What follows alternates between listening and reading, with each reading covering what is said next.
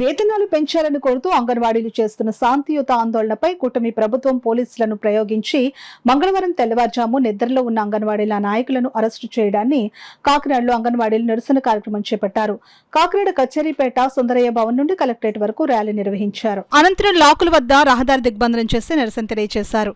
ఈ సందర్భంగా AP anganwadi workers and helpers union జిల్లా అధ్యక్షురాలు దళాల పద్మ, సిఐటియు జిల్లా అధ్యక్షుడు దువ్వా శేషబాబుజీ మాట్లాడుతూ శాంతియుత ఆందోళన చేస్తున్న అంగన్వాడీ చర్చలకు పిలిచి అర్ధాంతరంగా తెల్లవారుజామున అరెస్టులు చేయడాన్ని ఖండించారు. ఎన్నికల ముందు వేతనాలు పెంచుతామని చెప్పిన చంద్రబాబు నిజస్వరూపం బయటపడిందని విమర్శించారు. 2019 నుండి వేతనాలు పెంచలేదని, ఈ ఏడేళ్లలో పెరిగిన ధరలకు అనుగుణంగా కనీస వేతనం అంగన్వాడీలకు 26,000 చెల్లించేంత వరకు పోరాటాన్ని ఆపేదే లేదని హెచ్చరించారు. అంగన్వాడీల నిరసనకు ఐద్వా రాష్ట్ర నాయకురాలు సిహెచ్ రమణి, వ్యవసాయ కార్మిక సంఘం నాయకులు Tekumudi Eswararao, retired pensioners association రాష్ట్ర ప్రధాన కార్యదర్శి కె సత్యరాజు మద్దతు తెలిపారు. ఈ కార్యక్రమంలో సిఐటియు జిల్లా ప్రధాన కార్యదర్శి చక్కల రాజ్ కుమార్, జిల్లా కోశాధికారి Malacca Ramana, ASHA workers union జిల్లా ప్రధాన కార్యదర్శి Chandramalla Padma, CITU working committee సభ్యులు మేడిశెట్టి రమణ, టి రాజా, పల్లెవెల్లి వీరబాబు తదితరులు పాల్గొన్నారు. ఆయా వేతనం 7,000 రూపాయలు, వర్కర్ వేతనం 11,500 రూపాయలు. ఇవి కూడా ఒక వేతనాలేనా? ఈ వేతనాలే సరైనవి అని అనుకుంటే ఎమ్మెల్యేలు ఎందుకు 2 లక్షల రూపాయలు తీసుకుంటున్నారు? మంత్రి గారు ఎందుకని 4 లక్షల రూపాయలు తీసుకుంటున్నారు? ఒక 6 నెలల పాటు ఈ వర్కర్ల వేతనం వాళ్ళు తీసుకుంటే అప్పుడు తెలిసి వస్తుంది. ఈ వేతనాలు మేము పెంచుతామని చెప్పి రాష్ట్ర ప్రభుత్వం హామీ ఇచ్చింది. ఆయన ప్రతిపక్షంలో ఉన్నప్పుడు తాము అధికారంలోకి రాగానే వేతనాలు పెంచుతామని చెప్పి ఆయన హామీ ఇచ్చాడు. ఆయన అధికారంలోకి వచ్చి 2 ఏళ్ళు కావస్తుంది, ఇంతవరకు ఉలుకు పలుకు లేదు. మధ్యలో మినిస్టరు ఉమ్మడి సంజారాణి గారు 2 సార్లు చర్చలకు పిలిచి మొండి చేయి చూపించారు. ఇప్పుడు నిన్న అంగన్వాడీలు అందరూ రాష్ట్ర వ్యాప్తంగా కొన్ని వేల మంది విజయవాడ వెళ్ళారు. వెళుతున్నట్టుగా ముందే తెలియజేశారు. అయినా ప్రభుత్వం కిమ్మం లేదు. నిన్న ధర్నా శిబిరంలో తెల్లవారుజాముని అంగన్వాడీలందరినీ కూడా అరెస్ట్ చేసి ఎక్కడెక్కడికో ఏదేదో జిల్లాలు తీసుకుపోయారు. గుంటూరు, పల్నాడు, నెల్లూరు వరకు తీసుకుపోయారు. దీన్ని మేము నిరసన తెలియజేస్తూ జిల్లా కేంద్రాల్లో ఈ ధర్నాలు నిర్వహిస్తున్నాం. ఎక్కడితోటి సగులేం ఆపదు.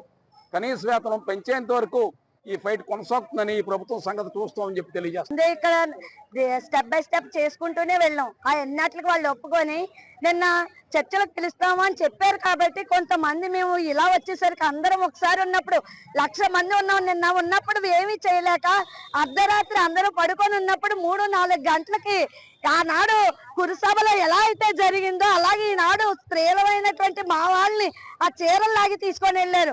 ఆ ప్రభుత్వం అప్పుడు కౌరవులు ఇప్పుడు మట్టి కట్టుకుపోయారు. అదే నీకు రాబోతుందేమో చంద్రబాబు, నిజంగా చెప్తున్నాం.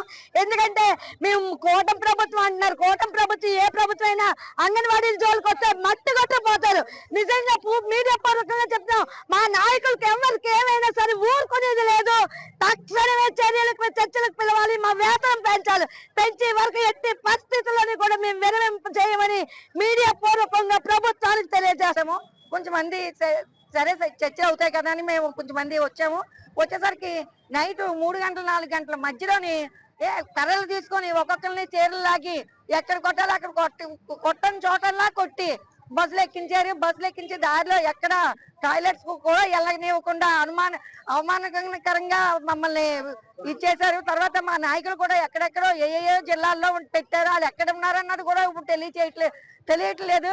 కనీసం వాళ్ళు ఎక్కడ ఉన్నారన్న ఇన్ఫర్మేషన్ కూడా మాకు లేదు. మమ్మల్ని అప్పుడు దుశాసన్ ఎలా చీరలు లాగాడు, ఈనాడు చంద్రబాబు నాయుడు కూడా అదే పద్ధతిలో మొత్తం ఆ చీరలు అయ్యి లాగి లాఠీలతో కొట్టించారు. ఇదంతా సమంజసం కాదు. మా నాయకుల్ని విడుదల చేసి మాకు తక్షణమే కనీస వేతనం పెంచే వరకు మేమైతే ఇది ఆగేదే లేదు. ఎంత దూరమైనా సరే మేము వెళ్తాము. ఈ ఉద్యమం ఇలాగే కొనసాగిస్తామని మీడియా పూర్వకంగా తెలియజేస్తాం. 2 రోజులు ఎంతో సానుభూతి పరులాగా ఈ కూటమి ప్రభుత్వ అధికారులు ఎవరైతే ఉన్నారో వాళ్ళందరూ వచ్చి వాళ్ళకి హామీలు ఇవ్వడం జరిగింది.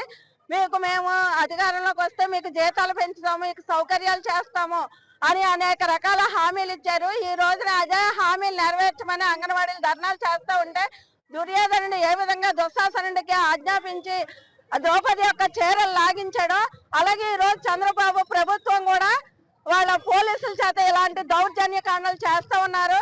ఈ రోజు మహిళా సాధికారత సాధించాలి అని చెప్తా ఉన్నారు.